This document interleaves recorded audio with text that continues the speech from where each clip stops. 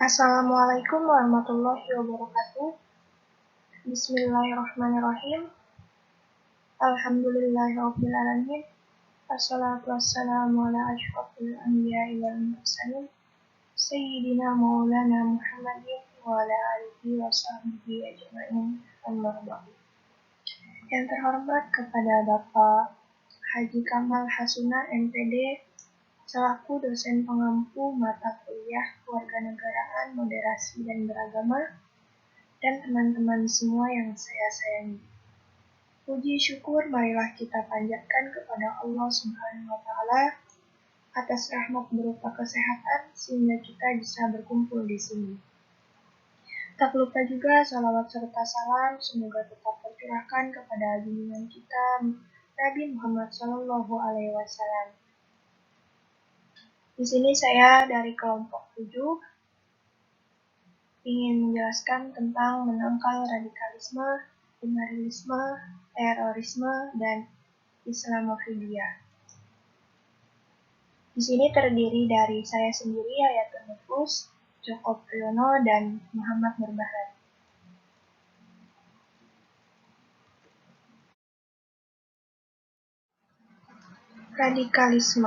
Radikalisme secara umum dapat diartikan sebagai sebuah paham atau ideologi yang bertujuan untuk mengubah suatu tatanan sosial politik dengan menggunakan cara-cara kekerasan. Tindakan radikalisme seringkali dikaitkan dengan berbagai jenis keyakinan dan agama, yang juga dapat dihubungkan dengan serangkaian aksi teror yang dilakukan para penganut paham radikal untuk mencapai tujuannya. Paham radikalisme pada umumnya cenderung sering menjerat kalangan berusia muda dikarenakan pada usia tersebut seseorang masih belum dibekali dengan pemahaman dan pengetahuan yang cukup serta masih berusaha untuk menemukan jati dirinya. Pernyataan ini sejalan dengan temuan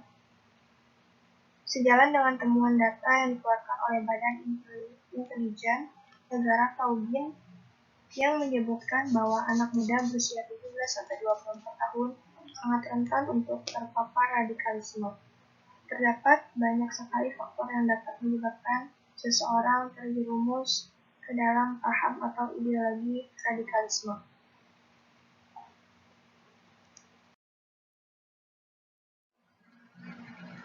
Adapun faktor-faktor tersebut jika dibagi secara garis besar merujuk pada kondisi finansial yang dapat memicu terjadinya tindak kekerasan, latar belakang pendidikan yang kurang baik, latar belakang keluarga, lingkungan sosial, dan lain-lain. Setidaknya terdapat 4 faktor utama mengapa seseorang dapat terpapar radikalisme. 1. Faktor pertama adalah kepentingan personal yang menyangkut urusan ideologi dan finansial. 2. Adanya rasa ketidakpercayaan terhadap pemerintah yang kemudian dapat memicu seseorang untuk bergabung ke dalam kelompok radikalisme. 3.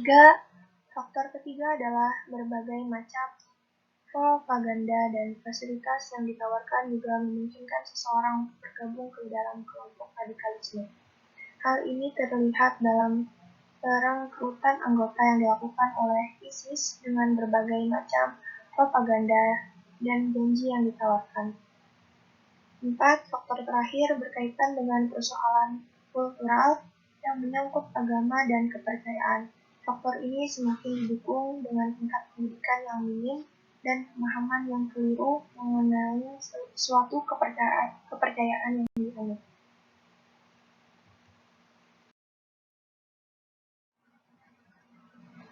Salah satu upaya pemerintah dan kita sendiri untuk menangkal radikalisme adalah dengan mengadakan workshop atau seminar pencegahan propaganda radikal, seminar kebangsaan dan penanaman nilai Pancasila, memperkenalkan ilmu pengetahuan dengan baik dan benar, meminimalisir kesenjangan sosial, menjaga persatuan dan kesatuan, mendukung aksi perdamaian, berperan aktif dalam melaporkan radikalisme dan terorisme, meningkatkan pemahaman akan hidup kebersamaan, menyaring informasi yang didapatkan dan masih banyak lagi cara yang bisa kita lakukan. Liberalisme. Liberalisme berasal dari bahasa Latin liber yang artinya bebas atau merdeka. Jika liberalisme disandingkan dengan urusan agama, berarti kebebasan menganut, meyakini, dan mengamalkan apa saja sesuai kecenderungan, kehendak, dan selera masing-masing. Bahkan lebih jauh, liberalisme mereduksi agama dari publik menjadi urusan privat. Artinya, konsep amar ma'ruf nahi munkar bukan saja dinilai tidak relevan, bahkan dianggap bertentangan dengan semangat liberalisme. Contoh paham liberalisme misalnya, asal tidak merugikan pihak lain. Orang berzina tidak boleh dihukum, apalagi jika dilakukan atas dasar suka sama suka, karena mengusur peran agama dan otoritas wahyu dari wilayah politik, ekonomi, maupun sosial, maka tidak salah jika liberalisme dipadankan dengan sekularisme. Awalnya, liberalisme sangat terkait dengan konsep manusia merdeka, baik merdeka sejak turun-temurun ataupun merdeka karena dibebaskan dari budak. Dari sini pula muncul istilah liberal arts, berarti ilmu yang berguna bagi dan sepatutnya dimiliki oleh setiap manusia merdeka, yaitu aritmatika, geometri, astronomi, dan musik, serta gramatika, logika, hingga retorika.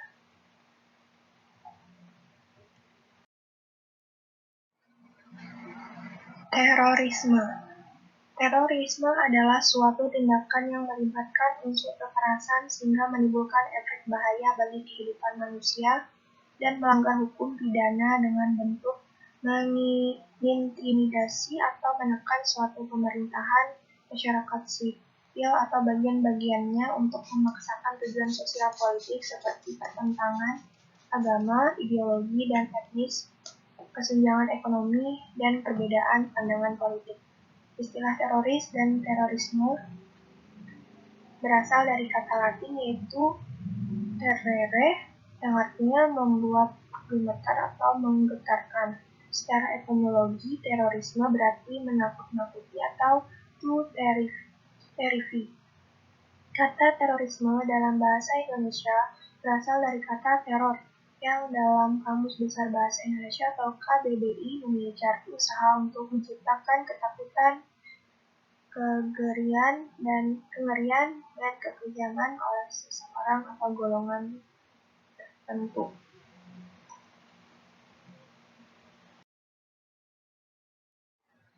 Menurut Undang-Undang Nomor 15 Tahun 2003 tentang Pemberantasan Tindak Pidana Terorisme, pengertian tindak pidana terorisme adalah setiap tindakan dari seseorang yang dengan sengaja menggunakan kekerasan atau ancaman kekerasan yang menimbulkan suasana teror atau rasa takut terhadap publik secara luas. Tindakan dengan cara merampas kemerdekaan atau menghilangkan nyawa dan harta benda orang lain atau menghancurkan objek-objek vital yang strategis atau fasilitas publik atau internasional tersebut, bahkan dapat menimbulkan korban yang bersifat massal. Berikut definisi dan pengertian terorisme dari beberapa sumber buku.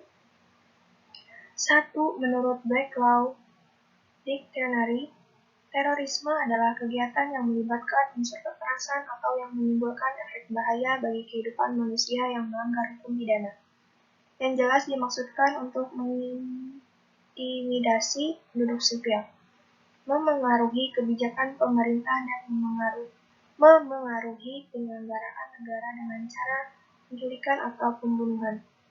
2. Menurut Federal Bureau of Investigation atau FBI, terorisme adalah pemakaian kekuatan atau kekerasan tidak sah melawan orang atau properti untuk mengintimidasi atau menekan suatu pemerintahan, masyarakat sipil atau bagian-bagiannya untuk memaksakan tujuan sosial politik.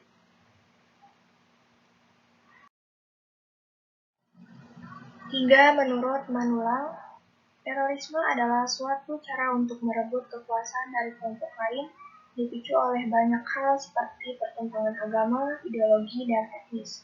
kesenjangan ekonomi, serta terhambatnya komunikasi masyarakat dengan pemerintah, atau karena adanya paham separatisme dan ideologi fanatisme. Islamofobia. Islamofobia adalah istilah kontroversial yang merujuk pada prasangka, diskriminasi, ketakutan, dan kebencian terhadap Islam dan Muslim. Istilah ini sudah ada sejak tahun 1980-an, tetapi menjadi lebih populer setelah peristiwa serangan 11 September 2001. Pada tahun 1997, Annie Meade terus dari Inggris mendefinisikan Islamofobia sebagai rasa takut dan kebencian terhadap Islam, dan oleh karena itu juga pada semua Muslim. Menyatakan bahwa hal tersebut juga merujuk pada praktik diskriminasi terhadap Muslim dengan memisahkan mereka dari kehidupan ekonomi, sosial, dan kemasyarakatan bangsa. Di dalamnya juga ada persepsi bahwa Islam tidak mempunyai norma yang sesuai dengan budaya lain, lebih rendah dibanding budaya Barat, dan lebih berupa ideologi politik yang bengis daripada berupa suatu agama.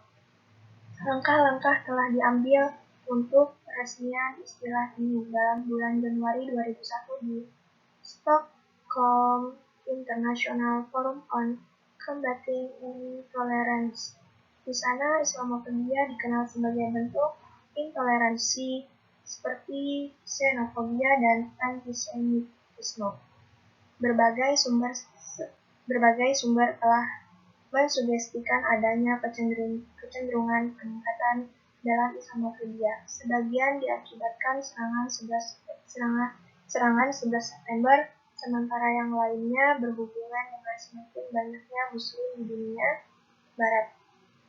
Pada bulan Mei 2002, European Monitoring Centre on Racism and Xenophobia atau EINC mengeluarkan laporan berjudul Summary Report on Islamophobia in the EU after 11 September 2001 yang menggambarkan peningkatan Islamophobia di Eropa setelah 11 September. Pada para penyanggah mengelitik konsep itu juga ada penyalahgunaan saat menggali kritik Islam yang sah dan menyebutkan sebagai mitos. Penulis novel Salman Rushdie dan teman-temannya menandatangani manifesto berjudul Together Facing the New Totalitarianism di bulan Maret 2006, menyebut Islamofobia adalah konsep buruk yang mencampurkan kritik terhadap Islam sebagai agama dengan stigmatisasi terhadap para penganutnya.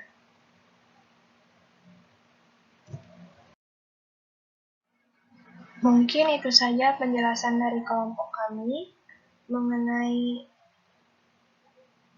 judul tersebut. Salah hilap mohon maaf. Sekian, terima kasih. Wassalamualaikum warahmatullahi wabarakatuh.